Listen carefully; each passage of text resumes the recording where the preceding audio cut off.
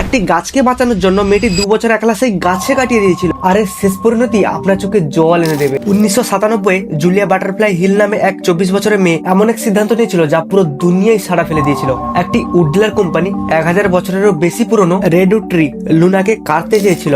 তখন জুলিয়া সেই গাছটিকে বাঁচানোর জন্য কোম্পানির সাথে চ্যালেঞ্জ করে সেই গাছে 200 ফিট উপরে একটি তাঁবু বানিয়ে সেখানে থাকতে লাগলো। সবাই ভাবলো জুলিয়া নাটক করছে, কিন্তু জুলিয়া ঝড়, বৃষ্টি, শীত, গ্রীষ্ম একা সহ্য করত। বৃষ্টি, জল আর ভলেন্টিয়ার্সদের কাছ থেকে খাবারে সার্ভাইভ করত। তাও জুলিয়া সেখানে শান্তিতে থাকতে পারেনি, কারণ সেই কোম্পানি জুলিয়াকে ভয় দেখানোর অনেক চেষ্টা করত। হেলিকপ্টার তার চারপাশে উড়াতো, খাবার বন্ধ করে দিত এবং তার চারপাশে গাছ কাটতে শুরু করে দিত। কিন্তু জুলিয়া তার জেদ নিয়ে 738 দিন সেই গাছে একা ছিল। তারপর সেই কোম্পানি তার সামনে মাথা নত করলো, তাই সে সেই গাছকে বাঁচাতে সক্ষম হয়েছিল। আর যখন জুলিয়া নিচে নামলো,